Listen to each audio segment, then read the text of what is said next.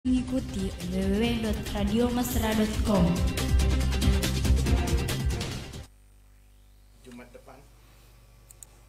Ya, assalamualaikum warahmatullahi wabarakatuh dan selamat pagi Insam Mesra. Alhamdulillah pagi hari ini di edisi siar kami hari Jumat tanggal 21 Februari ya, bertepatan dengan 22 Sya'ban 1446 Hijriah.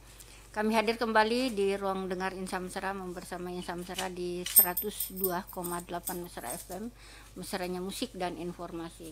Untuk siaran kami, Insam Mesra boleh juga mengikuti atau mendengarkan melalui streaming di www.radiomesra.com, dan kita juga sekarang sudah live di Facebook Mesra Radio Parepare. Selamat pagi semuanya Insam Mesra dan selamat menekuni rutinitas Insam Mesra hari ini. Selamat mengikuti acara kita di acara Dai Dialog Agama Islam yang insya Allah selalu bersama Bapak narasumber yang selalu setia berbagi ilmu kepada kita semuanya, yaitu Bapak Ustaz Muhammad Rosidin BA MA. Dan untuk pagi hari ini, karena kita sudah tidak lama lagi akan memasuki bulan suci Ramadan, alangkah baiknya kalau kita akan membahas bekal penting untuk bulan Ramadan nanti. Sepertinya ini sangat penting untuk kita sebagai umat muslim, tentunya sangat penting untuk kita memperbanyak bekal ya, bekal lahir batin menyambut dan menjalani bulan suci Ramadan. Berharap juga mudah-mudahan pagi hari ini Insam Mesra keluarga tetap dalam kondisi prima, sehat walafiat dan selalu di bawah lindungan bimbingan Allah Subhanahu wa taala. Memperbanyak sholawat kepada Rasulullah Sallallahu alaihi wasallam. Baik Insam Mesra, kita efisienkan waktu kita dengan mencoba menyapa Pak Ustadz dulu. Assalamualaikum Ustadz. Waalaikumsalam warahmatullahi wabarakatuh. Iya, apa kabar ini Ustadz? Alhamdulillah rabbil alamin. Insyaallah baik-baik saya. Alhamdulillah ya. Saya sudah sampaikan Ustadz ke Insam Mesra semuanya, ke pendengar kita, bahwa untuk materi kita hari ini yaitu kira-kira bekal apa, atau kita berbicara masalah bekal penting untuk memasuki bulan suci Ramadan nanti. Dan boleh juga Anda berpartisipasi atau bertanya melalui layanan 0853 9535 0907. Ya, silakan Pak Ustadz. Ya. Bismillahirrahmanirrahim. Assalamualaikum warahmatullahi wabarakatuh. Waalaikumsalam warahmatullahi wabarakatuh. Alhamdulillah rabbil alamin. Allahumma sholli ala sayyidina Muhammad wa ala ali sayyidina Muhammad.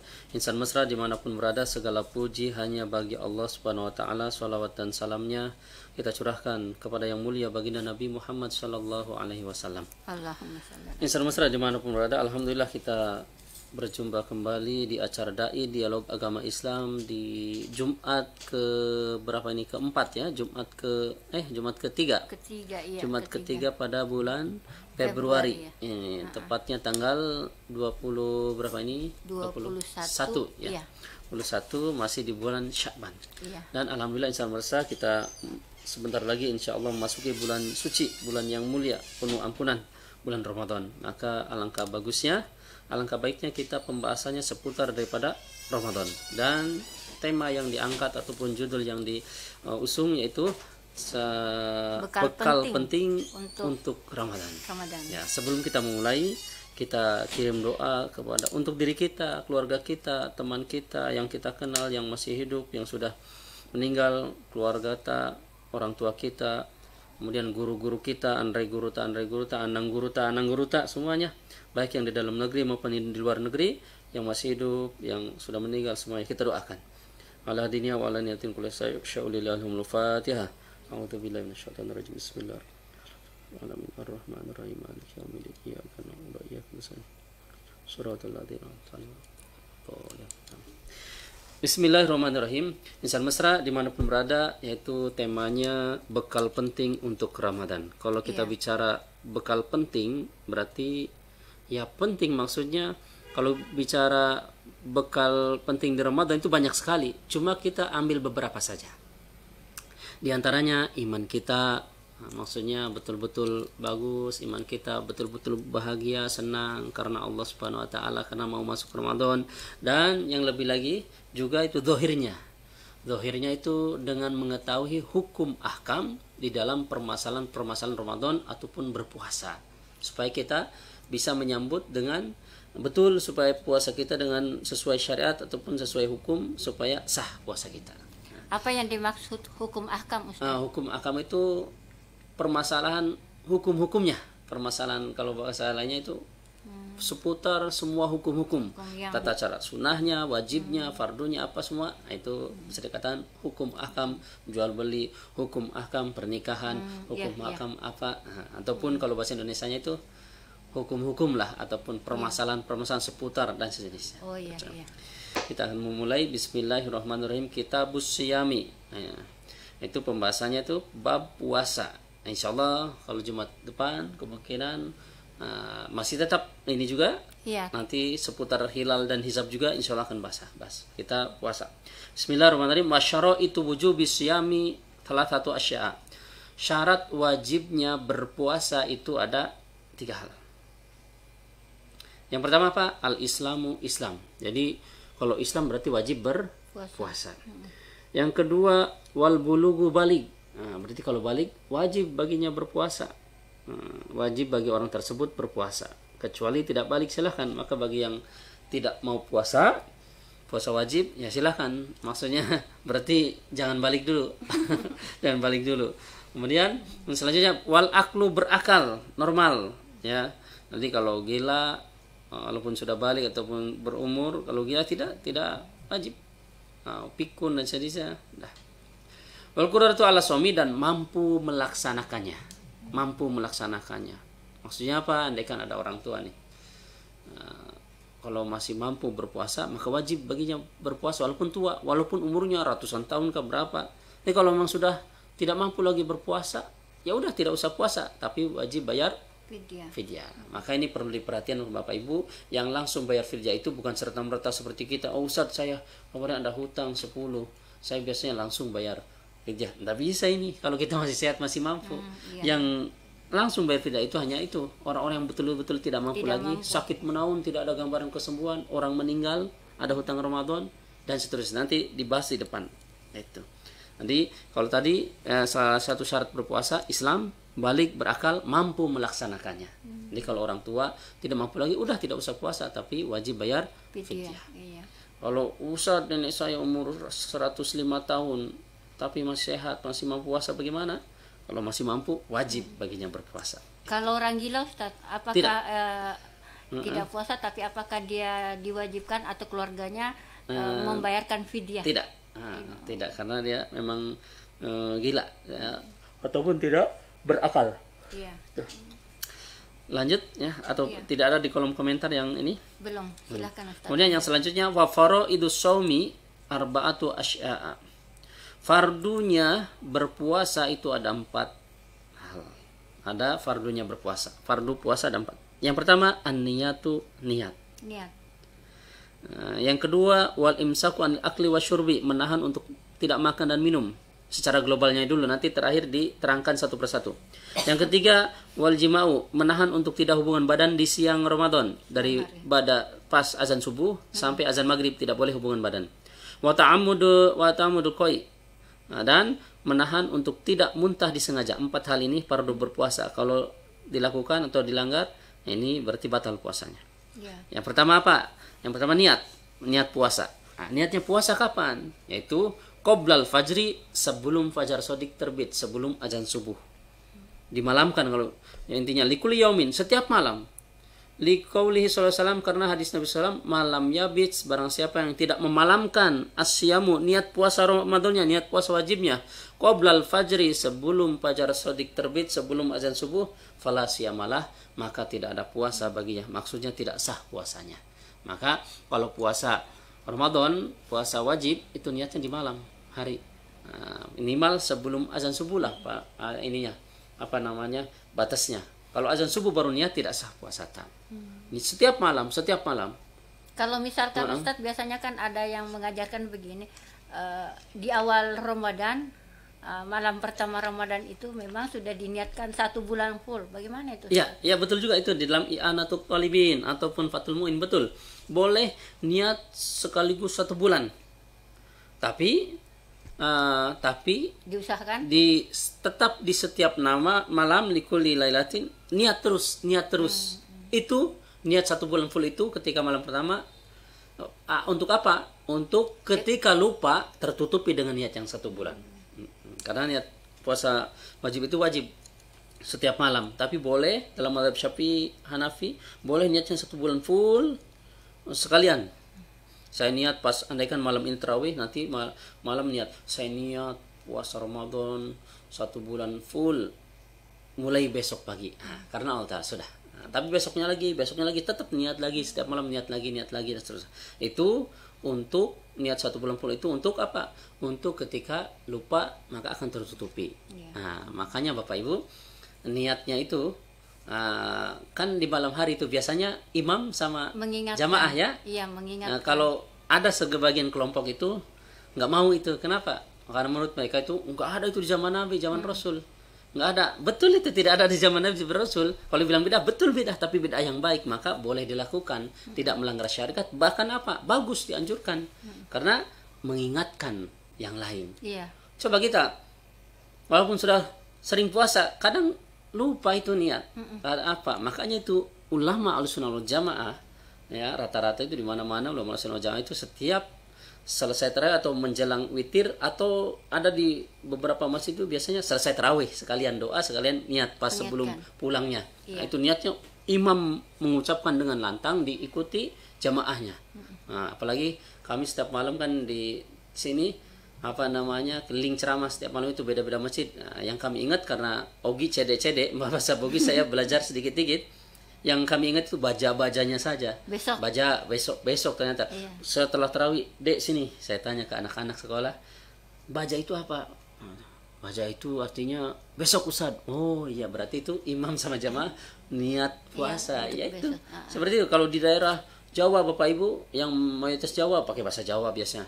Nanti setelah tarawih. Di daerah Sunda yang kebanyakan orang Sunda, maka imam bersama jamaah setelah tarawih itu niatnya itu pakai bahasa Sunda. Kami ketika di Jakarta, karena di pondok kami, pondok pusatnya itu di Jakarta juga, ada 2. Nah, Jakarta itu di sekitar masyarakat Jakarta itu kalau selesai tarawih itu juga niatnya pakai Indonesia. Nah, di sini Bugis pakai bahasa Bugis. Jadi kalau dibilang itu kelompok ada yang ini kan nggak mau, kenapa? Itu karena nggak ada zaman Nabi, nggak ada. Betul, memang tidak ada.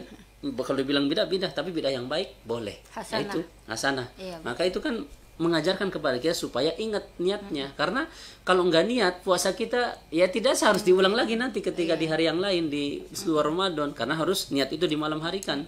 Malam minimal sebelum paling terakhir itu pas sebelum azan subuh. Nah, kalau azan Ustadz, kalau azan baru niat tidak sah. Kalau azan, iya. Makanya itu kan jadi, kadang kita hikmahnya apa sih? Hikmahnya niat ketika pas tarawih niat puasa itu, hikmahnya itu kadang kan kita kesiangan.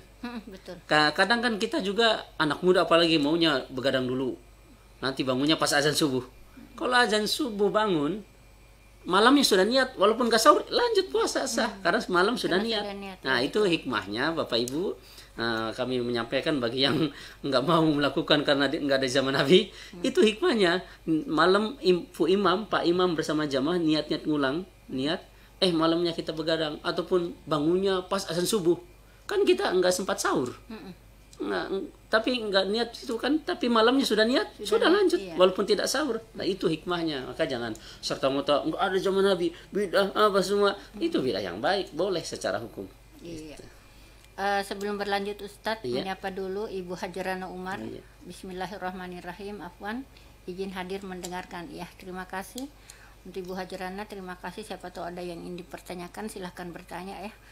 Termasuk Pak Kunrona Radio yang ada di Sidrap, terima kasih sudah hadir di sini, silahkan bertanya. Kemudian ada Pak Samsur Rijal. Saya tahu puasa adalah menahan, pertanyaannya, menahan secara lahir dan secara batin, bagaimana penjelasannya Ustadz? Ya, boleh. Bismillahirrahmanirrahim. Pak Samsur Rizal, terima kasih pertanyaannya. Terima kasih. Pertanyaan itu, kami tahu puasa adalah menahan. Pertanyaannya, betul. Pertanyaannya menahan secara lahir dan secara batin, gimana penjelasannya ini Pak Ustadz? Iya, betul. Jadi Bapak Ibu, puasa as-shaumu lughatan al-imsak. Puasa itu secara lugot, secara bahasanya menahan. Udah, namanya menahan tidak makan minum, puasa. Ini kan ini nih, saya dari tadi dari pas mulai bicara sampai sekarang belum minum, atau udah ya tadi di kamera, ataupun pokoknya kalau belum minum berarti menahan kan. Ini kalau ditanya ya mau makan apa, enggak, saya puasa. Maksudnya puasa kan menahan. Nah, kalau ditanya pulang lagi ke rumah, mau makan apa? Saya bilang, enggak lah, puasa. Maksudnya puasa kan menahan, puasa itu secara bahasa. Betul itu. Menahan untuk tidak makan dan minum. Kalau sekarang ini saya minum. Nggak bisa dikatakan puasa karena betul-betul ini. Terserah menahannya itu berapa menit itu dinamakan puasa. Puasa secara bahasa, menahan. Secara bahasa itu intinya menahan secara bahasa dulu. Bahasa, iya. Tapi kalau secara istilah itu apa? Imsaku anil iftari anil akli wa syarbi, pokoknya menahan untuk tidak makan, minum ataupun yang sesuatu yang membatalkan puasa. Dari kapan? Min tulu'il fajri, dari semenjak terbitnya fajar, yaitu azan subuh, ila ghurubi syamsi, sampai terbenamnya matahari atau maghrib. Itu yang dinamakan puasa. Ini secara zahir saja ya. Intinya itu. Mau dia apa-apa terserah, yang penting intinya tidak makan dan minum, tidak melakukan yang dibatalkan puasa dari semenjak azan subuh sampai azan maghrib. Itu yang dinamakan puasa. Menahan. Nah, syariatnya itu intinya puasa. Nah, tapi kalau mau yang lebih ini lagi, ya jelas itu kan pertanyaannya secara lahir dan batin beda ini. Kalau umpama puasa itu dalam Ihya Ulumuddin, Bapak Ibu, ada puasanya yang khusus, ada orang umum, ada khusus, ada khusus di atas khusus, maksudnya yang spesialnya berarti. Itu orang umum apa? Ya udah seperti kita, menahan makan dan minum sampai maghrib udah. Secara hukum udah. Tapi seperti ini sah nggak? Ya sah. Nabi pun seperti itu, tapi Nabi tetap zahir batin ingat kepada Allah. Nah, itu kalau bisa seperti Nabi. Kalau enggak bisa, yang penting secara niat kita karena Allah. Walaupun ingat dunia tidak apa-apa, walaupun kerja, walaupun ingat dunia apa semua tidak apa-apa, sah secara hukum. Yang penting kewajiban tertunaikan. Adapun nanti nilai pahalanya karena mungkin dia zahirnya kelihatannya betul, tapi batinnya tidak, perkara nanti di akhirat. Yang penting kewajiban kita tunaikan dulu. Sama seperti sholat. Sholat kan intinya mengingat Allah. Apa sholat kita mengingat Allah terus? Tidak, yang bisa hanya Rasul saja. Para sahabat pun tidak bisa sama sekali. Maksudnya tidak bisa sehusu sempurna, tapi tetap sahabat lebih khususnya lebih tinggi daripada orang-orang setelahnya. Nah, itu juga puasa Bapak Ibu. Puasa umum tadi cuma nahan makan dan minum, sudah sah. Yang penting tidak melakukan perkara yang dibatalkan, sudah sah. Nah, sudah sah puasanya, tetap dapat pahala. Kemudian ada puasanya khusus. Puasa khusus itu dia ingat dunia sudah batal. Ingat Sudah dunia, batal. Ingat keduniaan batal. Contohnya, anak saya belum dijemput. Anak saya belum dijemput ini bagaimana? Udah batal itu puasanya. Kemudian, toko saya belum tutup. Toko saya belum dibuka. Karyawan saya bagaimana? Ataupun saya belum ke sana, belum sini. Ingat dunia sudah batal ini. Puasa orang-orang khusus. Intinya ingat akhirat. Ingat akhirat terus, itu orang khusus. Kemudian khusus di atas khusus, dia pokoknya tidak ingat Allah sedikit saja sudah menurut mereka batal. Nah, bagi kita siapa? Bagi kita ya udah, kita itu orang biasa. Nah, ya udah secara zahir udah. Yang penting menahan untuk tidak makan dan minum, tidak melakukan yang dibatalkan puasa dari semenjak azan subuh sampai azan maghrib sudah sah secara hukum. Dan kita kalau mau belajar bagus juga, kalau mau belajar sedikit demi sedikit ya ingat Allah lagi, ketika ingat yang lain belokkan lagi ingat Allah. Seperti itu. Zahir batin. Tapi yang namanya kita ini manusia biasa Ustaz, sepertinya terlalu sulit, tapi tidak ada salahnya kita belajar ya. Iya. Kemudian ya mungkin seperti wali-wali ataupun Andre Guruta sudah bisa, mungkin beliau pasti ingat Allah terus. Bagi kita yang penting sudah secara zahir sudah melakukan secara syariat sudah sah. Nah, kadang ada juga dipertanyakan kan nanti itu puasa apa yang dipuasai? Kadang ada pertanyaan. Puasanya bagaimana Ustaz? Itu puasa itu siapa yang dipuasai? Nah, tidak usah seperti itu. Mempuasai siapa kita? Bisa nafsu kita, amarah kita, bisa dan sebagainya. Udah pembahasannya itu terlalu kesana, memusingkan. Kalau untuk orang umum, maksudnya untuk apa? Secara zahir udah puasa itu menahan haus dan lapar, yang tidak membatalkan kita tahan. Kemudian dari semenjak subuh sampai maghrib, maka itu sudah sah. Karena ada pertanyaan itu juga kemarin pas isi pengajian, itu Ustaz, itu puasa itu yang dipuasai siapa? Kemudian tempat surga itu di mana? Apa Nabi mempertanyakan seperti itu atau Allah? Tidak. Yang penting kita udah secara zahir melaksanakan puasa, insya Allah Allah pun menilai nanti di akhirat. Pasti kita hanya dituntut untuk percaya, Ustaz, ya. Kemudian juga pertanyaannya itu, Ustaz, yang itu puasa itu yang dipuasai siapa? Maka kami jawab, kita secara zahir itu puasa seperti ini, secara istilah itu menahan dari semenjak fajar shadiq ataupun azan subuh sampai maghrib sudah sah secara hukum, ya. Nabi memberitakan seperti ini. Tidak ada yang orang yang selalu ingat kepada Allah terus, melainkan hanya Rasulullah SAW. Mau ditanya lagi, apa, Ustaz, surga itu di mana tempatnya? Kami sampaikan, surga hanya Allah dan Rasulnya yang tahu.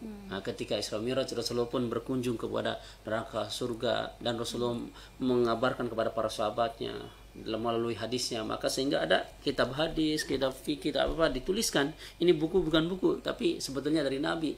Nabi menyampaikan kepada sahabat, sahabat menyampaikan lagi, kemudian dibukukan. Ada hadis, ada tafsir, ada fikih, seperti itu. Ada Ustaz, katanya jawabannya. Ada, saya tahu itu surga itu ada. Oh iya Pak, insya Allah. Nah, makanya yang jelas menurut secara hukum itu Rasulullah tidak apa intinya kita suruh mengimani surga, mengapa? Suruh mempercayai saja. Itu. Adapun Bapak menanyakan yang dipuasai siapa?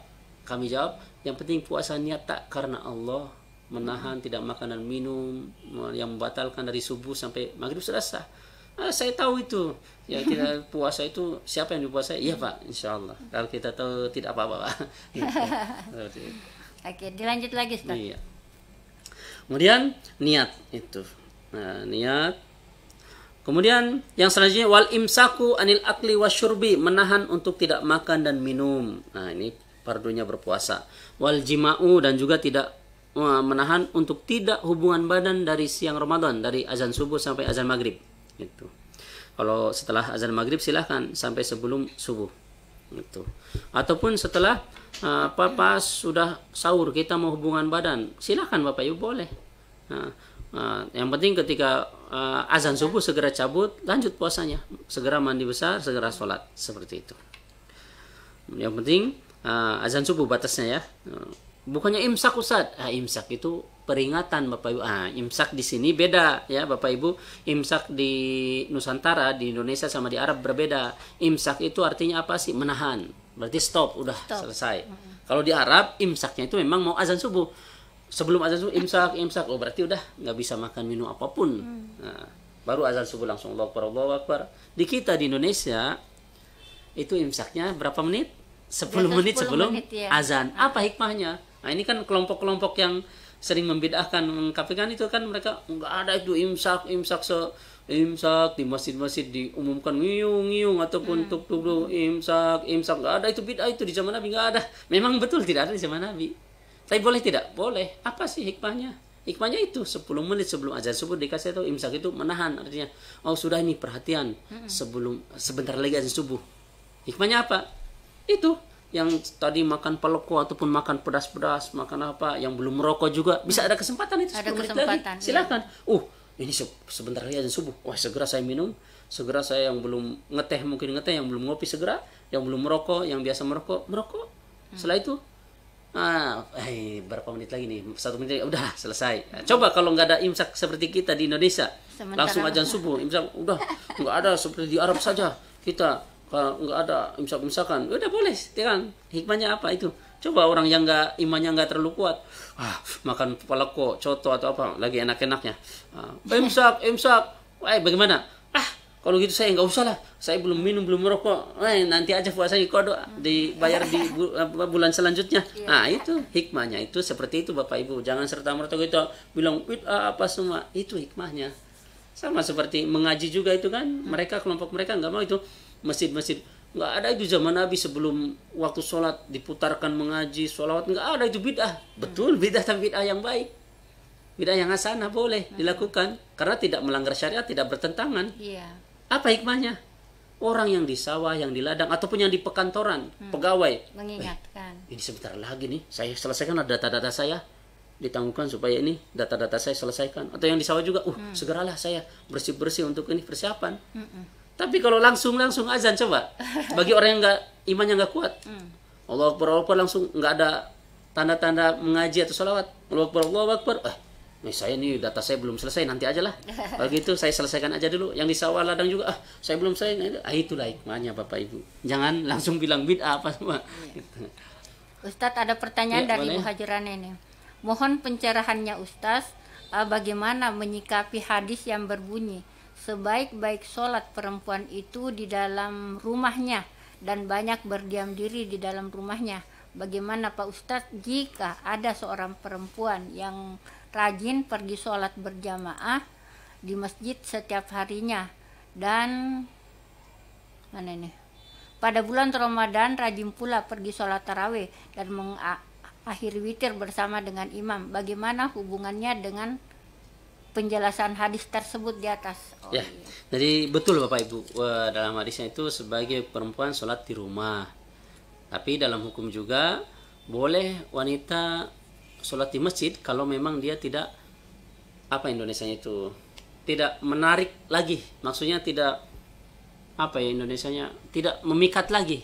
Seperti kita mungkin yang orang-orang yang sudah ada dapat usia ataupun lanjut usia kan tidak memikat lagi.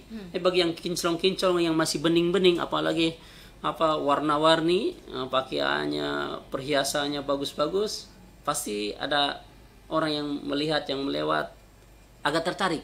Nah, tertarik. Maka bagusnya apa? Memang betul dalam hadis itu seperti itu, perempuan sebaik-baiknya perempuan itu di rumah, sholatnya laki-laki di masjid.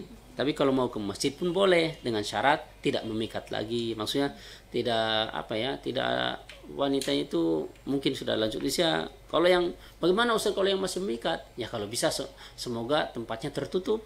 Nah, ya kalau bisa itu. Tapi kalau umpama ini pun, Tapi kalau zaman sekarang Ustadz, iya, terlalu apa ya, sulit sepertinya, apalagi ini. iya.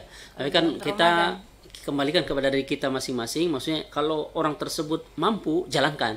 Kalau belum mampu, jangan. Dan orang, andaikan kita mau ngasih tahu ke orang itu kira-kira mampu tidak, kalau enggak jangan. Maksudnya karena mereka udah ke masjid aja udah alhamdulillah, biarkan. Nanti kan lama kelamaan tahu yang sesungguhnya. Lama kelamaan seiringnya berjalan, seiringnya waktu, seiringnya mengaji, belajar lagi, akan tahu dengan sendirinya. Yang penting masjidnya, tempat perempuannya tersendiri dan seterusnya. Apalagi kalau bagi kita yang sudah berumur, insya Allah tidak memikat lagi. Bagi laki-laki yang melihatnya, umpama kalau masjidnya terbuka. Kalau bagi yang mungkin yang masih muda-muda, kalau ruangnya terbuka kan, cantik itu anaknya bapak siapa itu ya, apa dan seterusnya. Seperti itu. Sama dengan sholat tarawih Ustaz. Iya, sama seperti itu. Tapi kalau kita ini jangan sampaikan langsung ke ke orang. Maksudnya dokter itu ngasih obat sesuai kondisi fisik tubuh seseorang. Ada kalanya si A sakitnya sama, si B sama, A, B, C sama. Tapi ke si ini dosisnya 50, ke ini 70, ke ini 90. Mungkin karena beda kondisi tubuhnya. Nah, maka seperti itu juga kita kalau mau menyampaikan hukumnya itu, ini orang ini kalau dikasih tahu akan Indonesianya, akan nanti malah tidak ke masjid lagi atau gimana? Iya. Kalau sekiranya akan tersinggung, nanti malah tidak mau sholat lagi, jangan. Udah biarkan, udah syukur datang ke masjid juga, walaupun perempuan udah biarkan aja dulu. Dengan seringnya waktu atas izin Allah, tahu hukumnya sesungguhnya, udah. Apalagi kalau sudah berumur, ya tidak memikat lagi. Ini bagi yang muda-mudi, maksudnya bagi yang ting ataupun perawan-perawan ataupun gadis-gadis, ya itu seperti itu. Tapi kalau masjidnya ada penghalangnya, lebih aman lagi, bagus lagi, tidak apa-apa gitu. Ya. Tapi kita lihat dulu siapa yang mau dikasih tahu ini. Takutnya mereka ketika dikasih tahu akan malah menghindar dari masjid, ya jangan dulu. Yang jelas secara hukum boleh ke masjid dengan syarat itu, tempatnya tertutup, ada tempat tersendiri wanita, silahkan. Apalagi kalau sudah lanjut, sudah berumur, tidak memikat lagi, ya bebas. Mau terbuka tidak terbuka kan tidak memikat. Gitu. Lanjut Ustaz. Ya. Kemudian yang selanjutnya tadi ya, berhubungan badan, wa ta'amudul qoi, yang menahan untuk tidak muntah disengaja. Gitu. Menahan untuk tidak muntah disengaja. Muntah disengaja bagaimana? Contohnya gini. Andaikan kami kalau mencium aroma pulpen muntah biasanya. Pas puasa sengaja dihirup-hirup, kemudian muntah, ini terhukumi muntah disengaja. Ataupun dikorek-korek sehingga muntah, batal puasanya. Ini muntah yang disengaja.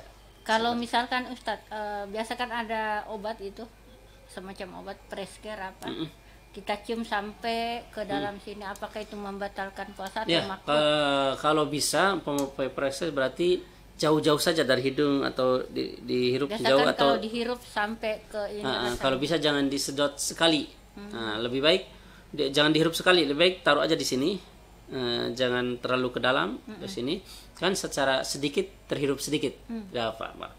Tapi kalau sengaja terhirup banyak, ini kalau ya sengaja ini hirup, itu kan tidak boleh membatalkan, membatalkan Ustadz. Iya, membatalkan. Sama seperti merokok gitu. Maka lebih baik hati-hatinya itu. Taruh aja di sini sedikit, yang penting terhirup sedikit kan enggak. Nah, kalau sengaja, itu seperti itu. Jadi tadi perempuan itu ya silahkan kalau mau di masjid, apalagi pas bulan Ramadan mau dapat pahala besar ya gitu. Bagus lagi kalau masjidnya tertutup. Tuh. Apalagi kalau yang sudah berumur, tertutup tidak tertutup tidak apa-apa karena tidak memikat. Seperti itu. Karena perempuan pun sama pahalanya kalau dia sholat di dalam tepat waktu sama 27 derajat, karena dia pun sebetulnya pengen melaksanakan berjamaah tapi dia bagusnya di dalam, ya udah tetap dapat pahala 27 derajat juga. Tapi tetap ya Bapak Ibu, kalau bagi yang berumur boleh, maksudnya ke masjid terbuka ataupun tidak ada masalah. Ini bagi yang masih memikat, bagusnya itu yang masjidnya ada penghalangnya gitu. Seperti itu. Tapi rata-rata biasa saya lihat Ustaz, masjid itu penghalangnya cuma sebatas 1 meter tingginya. Iya. Masih sempat kelihatan. Iya, maka kalau seperti itu semoga saja setiap masjid bisa tinggi lagi penghalangnya, ataupun tempat perempuannya tinggi penghalangnya, sama seperti di kapal ataupun di Almanar ini dulunya setengah badan itu. Tapi ada pengurus karena bertanya juga ke kami, kemudian silakan tanya ke yang lain juga silahkan, ataupun lihat YouTube juga, ataupun lihat di masjid yang lain yang sudah mungkin mempraktekkan gimana. Akhirnya lama kelamaan itu dulunya setengah, sekarang Almanar sampai tinggi itu. Tidak bisa terlihat perempuannya sampai tinggi, pokoknya tinggi dari berdiri itu lebih lagi, jadi perempuan tidak terlihat langsung. Seperti itu. Masih ada waktu ini Ustaz? Ya, boleh.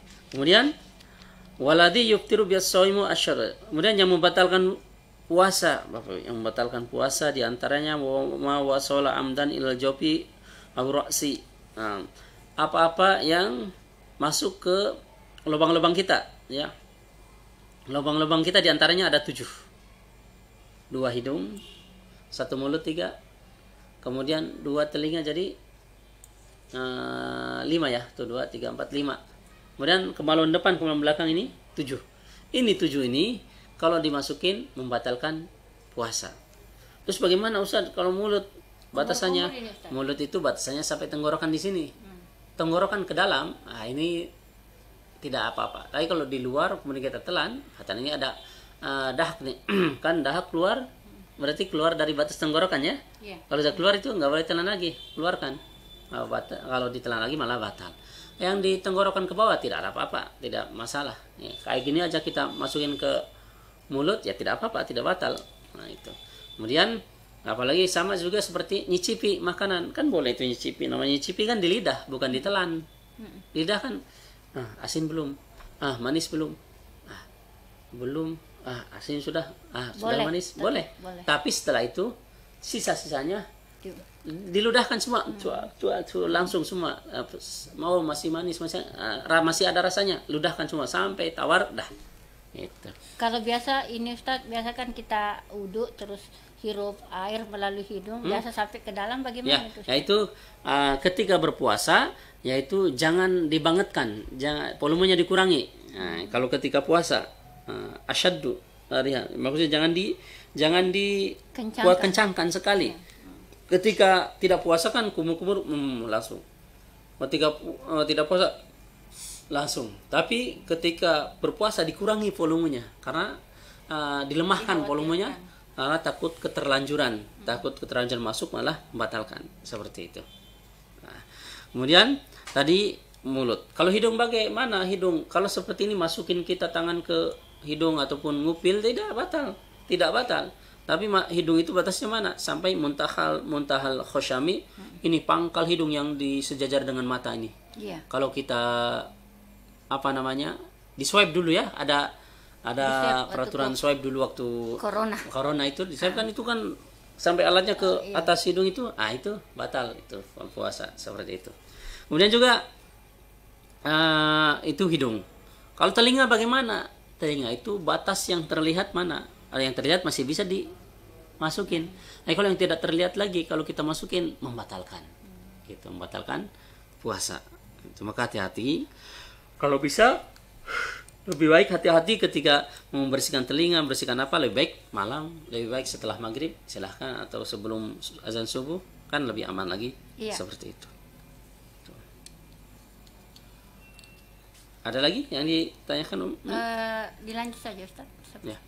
Kemudian juga itu tadi, kalau kemaluan juga sama Bapak Ibu. Kemaluan itu kalau umpama kita buang air kecil, buang air besar, tapi maaf, jangan dimasukin jari jemari kita. Mungkin kita kencing ataupun cebok, ataupun buang air besar, cebok, jangan dimasukin, malah membatalkan. Kemudian kalau kita cebok buang air besar, jangan di air. Maksudnya kan dulu ketika kita masih kecil ataupun yang rumahnya di kampung-kampung kan masih mendapati main-main di air, main di sungai, main di danau atau apa. Kalau kita puasa, kita berak, BAB-nya, buang air besarnya di air, berendam. Itu kalau kita kentut ataupun BAB di air, batal puasa. Karena kan besar kemungkinan itu ada yang masuk sedikit, itu membatalkan puasa. Itu kan kita dulu kalau kecil kan biasanya main di sawah, main di apa, itu biasanya di sungai, di mana, berendam sambil BAB, BAK tadi sejenisnya. Ini kalau lagi puasa jangan berendam, buang air besarnya, seperti itu. Ataupun tidak di sungai, mungkin di ember kita mau coba-coba, jangan, itu batal, seperti itu. Masih ada waktu atau cukup? Sudah waktunya saat ini. Insya Allah bisa dilanjut lagi satu kali lagi. Iya. Tanggal 28 insya Allah. Masih pembahasan seputar puasa. Insya Allah. Insya Allah. Terima kasih Ustadz untuk ilmunya hari ini. Terima kasih juga untuk Insan Mesra yang sudah bertanya di layanan kita. Insya Allah kelanjutannya masih ada waktu, mudah-mudahan diberi kesehatan, umur panjang. Untuk kelanjutan pembahasan kita bahas Jumat mendatang. Terima kasih, sampai jumpa. Assalamualaikum warahmatullahi wabarakatuh. Anda masih mengikuti www.radiomesra.com.